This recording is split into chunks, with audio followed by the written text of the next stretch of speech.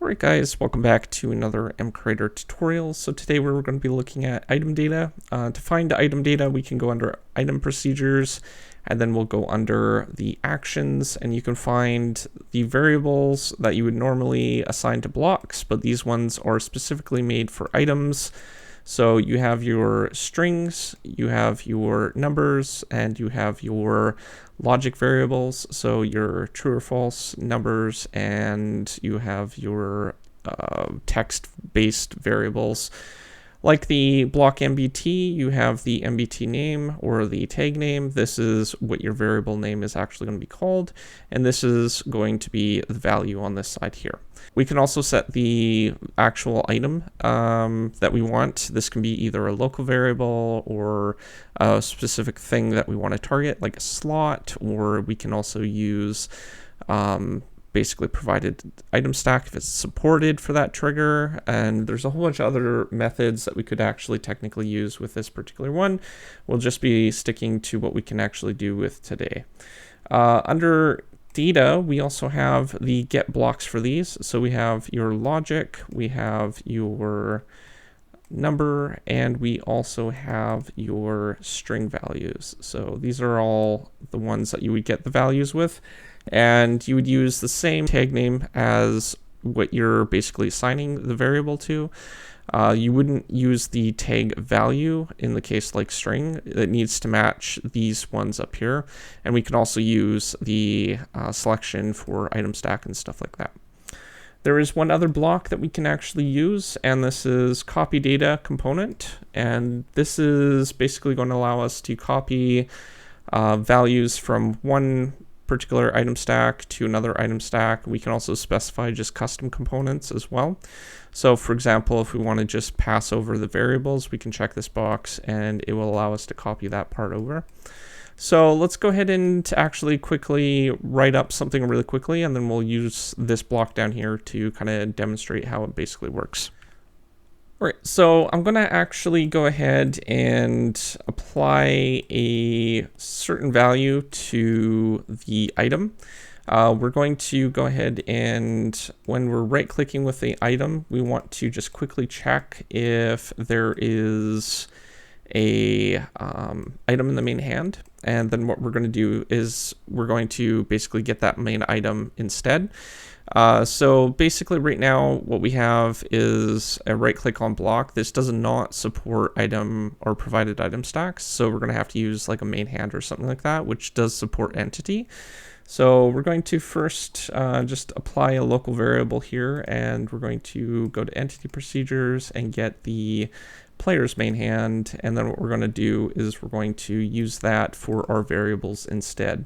So we're going to pass that over to a string variable, and rather than basically set it to this because we would have to copy it over again, we're just going to, in this case, go ahead and just apply this directly to the main item. This should allow us to do this simple variable. If we had more variables, you probably want to pass it over to a main hand, the local variable, and then basically apply it directly to replace the main hand item directly. So after you've applied all the variables. But what we need to do is we're going to call this name, and we're just going to set the name to something like super item, and we're going to go ahead and check if the player's main hand is not empty. So we're going to go to components, get a empty item stack. So we want to make sure that this is not empty in this case. So we're going to go ahead and check if our main hand item is not empty. And then what we're going to do is we're going to go ahead and we're going to check if the offhand is not empty. And we haven't assigned the offhand, so we're going to need to do that really quickly. Assign our offhand. And this should check if the main hand is basically has an item. This is going to apply the main hand item to that particular one. And then what we want to do is we want to go ahead and pass that data from the main hand over to the offhand. So to do that, we can use this block here. And we can go ahead and use the main hand, copy data from main hand and pass that over to our offhand.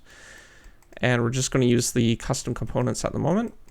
And then what we can do is, because we have the name here, we're just going to use our offhand here. And we're going to set the name of the item for our offhand. We want our offhand block, and then we're going to set the name of the item to what we had on our main hand item. So to summarize what is going on, I will just clear this out just to make it a little bit easier to follow. And we have two local variables. We have one called main, one called off. We're assigning these to our main and offhand. What we're doing from there is we're going to check if the main hand is not empty. And if the main hand is not empty, then we're going to basically set a MBT variable to the main hand item, and we're going to call it something like super item. This is just going to be a placeholder for the name that we'll be applying to. After, we're making a check separately after we run that first condition.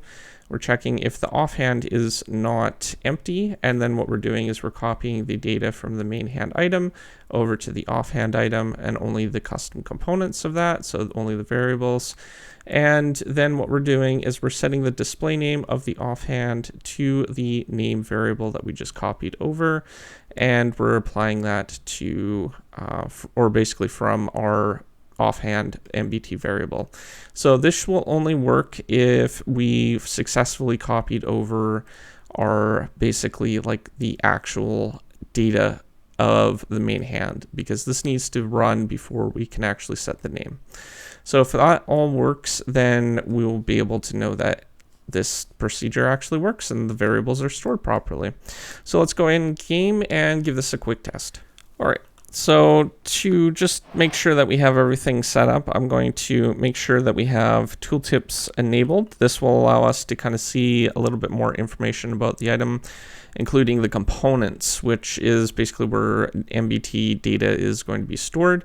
So basically the item data. So if we go ahead and right click on this item, we need to right click on a block, and we can see that it increased by one component. Before it was basically 11, now it's 12. We don't actually see what it did, but we can see that the data has been updated. So let's go ahead and put that other item in our main hand, and we're going to do that. And now let's go ahead and remove that from our main hand, and we can see that it says super item.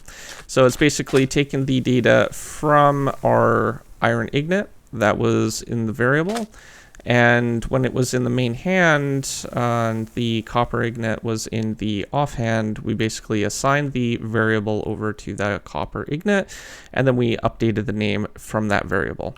So hopefully you guys found this a useful tutorial. If you're new to my channel, don't forget to subscribe, comment down below, rate the video, and if you need any help or have any questions, feel free to jump on my Discord server, and there is a great community there.